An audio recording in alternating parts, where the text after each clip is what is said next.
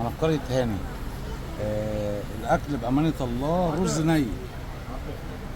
بخصوص يا جماعه اللي حصل في قريه هاني، اللي حصل احنا بنتعامل مع قريه هاني من وقت ما هو كان شريك مع واحد خطاب، واغلبيه الناس اللي في اسكندريه عارفه الكلام ده. اللي حصل ان احنا اليوم ده كنا جايين من القاهره، وطبعا قريه هاني بالنسبه لنا يعتبر اول قريه على الصحراوي من ناحيه اسكندريه. فطبعا احنا جايين ميتين من الجوع، فدخلنا على القريه، وكان طبعا هو المكان الجديد بقى يعني بصراحه ما شاء الله كويس جدا. فطبعا احنا كنا منبهرين بيه وبالتصميمات اللي موجوده جوه، وكان بقالنا فتره ما رحناش فكنا لسه شايفينها جديده. فبالتالي طبعا احنا بنصور بقى ابننا وانا بتصور، واحنا فرحانين وبنتصور وكل حاجه معانا تمام. فطبعا ما كانش فيه استقبال حلو. ما علينا بقى من الاستقبال. اول حاجه انا جوزي عمل عمليه في رجله، فهو بيمشي على عكاز، فبالتالي هو ما ينفعش يطلع سلالم وينزل سلالم. وده اللي حصل فعلا، ان احنا لو سمحتوا احنا عايزين خيمه بستاره. قال لك لا، بستاره مش موجوده والكلام ده. طب اقعدوا شويه استنوا. قعدنا شويه استنينا، بعد كده رجعوا تاني. طب يا جماعه الحل ايه؟ ماشي ممكن تطلعوا فوق تشوفوا لو عايزين تقعدوا في التكييف. طلعنا لا مفيش، هنا محجوزين برضو. في ناس كده كده في الانتظار. طب الحل ايه يا جماعه؟ قال لك خلاص تمام ايه الخيمه دي. فدخلنا الخيمه بالفعل اللي هي من غير ستاره، وما كانش في اي مشكله عندنا، الدنيا تمام. احنا عارفين النظام طبعا، فقلنا لهم احنا عايزين رز في لحمه، النظام الطبيعي اللي هو مثلا كيلو رز في كيلو لحمه، وعلى حسب مثلا لو واخدين حاجه تانية معاه. احنا 3 افراد يعني انا والزوج وابني تمام. فبالتالي اول حاجه قلناها لهم احنا عايزين براد شاي، لان طبعا الرز في اللحمه بياخد على الاقل ساعه الا ربع، اقل حاجه من ساعه لساعه الا ربع. لان طبعا هما الواحات دي عموما لما بتيجي تقدم الاكل بتقدمه فريش لسه معمول دلوقتي تمام. فبتنزل لحاجه من الحله عليك على طول سخنه. فبالتالي يا جماعه ماشي احنا خلاص احنا عايزين براد شاي عشان بس احنا جعانين لحد ما تجهز الاكل، لان احنا عارفين الرز بياخد وقته. فقال لك لا مش محتاجين براد شاي ولا حاجه بسرعه كده. فقال له لا عشان احنا جعانين فاحنا مش هينفع نستنى، هات براد شاي لحظه وهجيب لك الاكل. راح جاب السلطات وجاب الاكل. طب انت عملت الرز امتى؟ المهم فقال له انا مش قلت لك انت مش محتاج شاي؟ فالمهم خدنا الموضوع بهزار. وطبعا مش عايزه اقول لكم احنا طبعا ميتين من الجوع. فطبعا اول حاجه دخلنا على السلطات، وجايين بناخد معلقه الرز. الفيديو طبعا موجود قدامكم. بياخد معلقه الرز. طبعا احنا بعدنا بقى عن الكاميرا من المنظر، طبعا لقينا الرز ني، باين انه في الكاميرا انه ني. يا جماعه احنا مش بنتدلع عليهم والله. فبالتالي احنا قال له الرز ني. فقال له طب خلاص هاته كده نسخنه لك نكمل لك سواه ونجيبه. هو ايه اللي هتكمل سواه؟ قال له انت لو خدت الاكل احنا كده شبعنا، يعني احنا مجرد ما احنا بدأنا في السلطات وابتدينا ان احنا ناكل حاجات احنا شبعنا.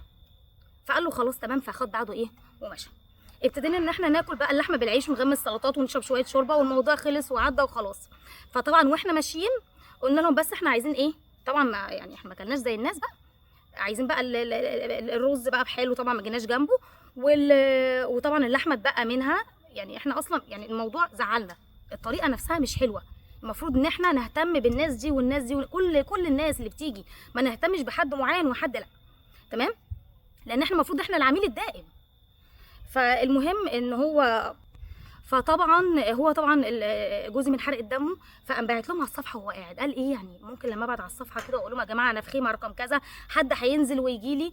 فهو ما حدش قدر دي حاجه تمام. وحته ان انت تاخد الاكل تكمل سواه دي اللي انت بتقوله ده اصلا مين هيرضى بحاجه زي دي؟ انت اصلا لو اديناهولك وبعدت 10 دقائق وجيت احنا شبعنا. ما هي معروفه يا جماعه طول عمرها، يعني ما دام مديت ايدك في اكل وكلت حتى لو سلطه انت شبعت لو الاكل بعد عنك تمام. المهم خلاص. فطبعا طلعنا شربنا الشاي بتاعنا، وابتدينا ان احنا بقى ايه خلاص هنروح نحاسب. مفيش اي مشكله في الحساب. رحنا عند الكاشير. طبعا الكاشير مسافه معروفه دي. فبالتالي احنا رحنا قعدنا حوالي ربع ساعه مفيش كاشير، والراجل واقف جنبينا اللي هيحاسب ده. الكاشير نفسه مش موجود، واللي واقف اللي هو اللي كان متر ده اللي كان معانا ده واقف.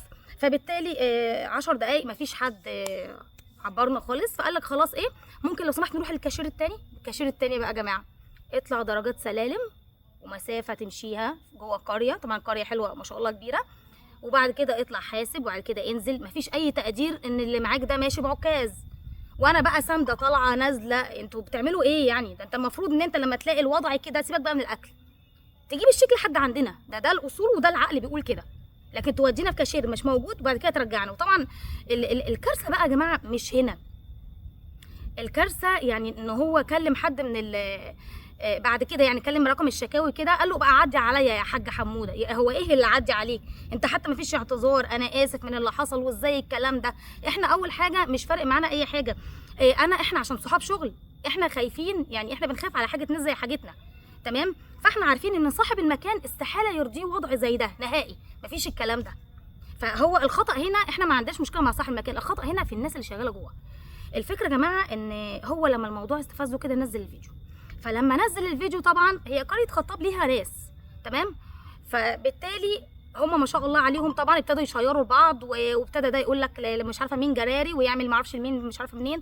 المهم في الاخر جمعوا بعض وفضلوا تعليقات احسن قريه ومش احسن قريه وانت واصل انت عايز الفلوس، كلام كله ملوش لازمه، تمام؟ طبعا هو بيفتح لايف يومي الحاج حموده، ففتح عادي زي ما بيفتح كل يوم عادي جدا وبيطلع يتكلم مع الناس. اتفاجئنا ان هم دخلوا اللايف وابتدوا يشيروا لبعض بقى شير بقى يا جماعه، ولا 50 شير جوه اللايف. دخلوا وانت ما تخشش مع العرب، وانت ما تعرفش احنا ممكن نعمل فيك ايه، احنا نجيبك من مكانك، احنا ايه انتوا اتجنيتوا؟ انتوا ايه اللي بتقولوه اصلا؟ انتوا الموضوع اصلا كبر على اساس ايه؟ هو احنا اي حد هيخش مطعم ويحط رايه او يحط تجربه مثلا ان التجربه دي وحشه الناس تتعامل بالطريقه دي؟ طبعا يعني الناس دي هي اللي شغاله جوه المكان، مش هقدر اقول ده صاحب المكان، استحاله صاحب المكان يتعامل بالطريقه دي. الناس اللي شغاله جوه المكان، ويا ريت لو الفيديو وصلوا يعرف ان الناس اللي بتدير المكان جوه هتوقعه، تمام؟ هو ده بس اللي انا عايزه اقوله. وطبعا يا جماعه يعني الحاج حموده معروف ومعروف احنا عندنا ايه واحنا في شركه ايه، ويمكن فيديوهاتي كلها بتوضح ان احنا ناس مش ولا بلوجر ولا رايحين ناكل ببلاش ولا الكلام ده كله، بس الموضوع حرق دم، الموضوع فيه حرق دم. ده غير ان انتوا لو دخلتوا يا جماعه الفيديو هتلاقي ان كل التعليقات ما شاء الله منهم فيهم عرب، يا جراري يا معرفش مين يا مين يا مين. فانا مش فاهمه حاجه الوضع اللي بيحصل. وهل كده بقى احنا مثلا بنتربى، يعني ان احنا كلنا كده كشعب بنتربى اي حد هيخش يحط تعليق في حاجه زي دي يحصل الوضع اللي احنا بنقول عليه ده؟ ده اللي حصل في قريه هاني. الجزء بس الاخير يا جماعه عشان طبعا انا طولت عليكم انا عارفه، بس معلش هو الموضوع بس فيه حرق دم شويه. الجزء الاخير ان انا الرز لما اخدته انا كملت تسويته تاني يوم زي اي ست مصريه بتعرف تتصرف، كملت تسويته اقسم بالله واتاكل عادي، خلاص الموضوع عدى. بس نزل فيديو المفروض ان حد من الاداره تتواصل، مش كل الناس اللي تتواصل معانا الناس اللي شغاله جوه يا جماعه، اللي بيتواصلوا معانا الناس اللي شغاله جوه. وانت ال 1100 جنيه اللي خدتهم يا حاج حموده خدهم تاني واحنا نرجع لك الفلوس. ايه ده؟ انتوا بتعملوا ايه؟ هي القصه قصه فلوس؟ قصه تقدير؟ قصه بهدله؟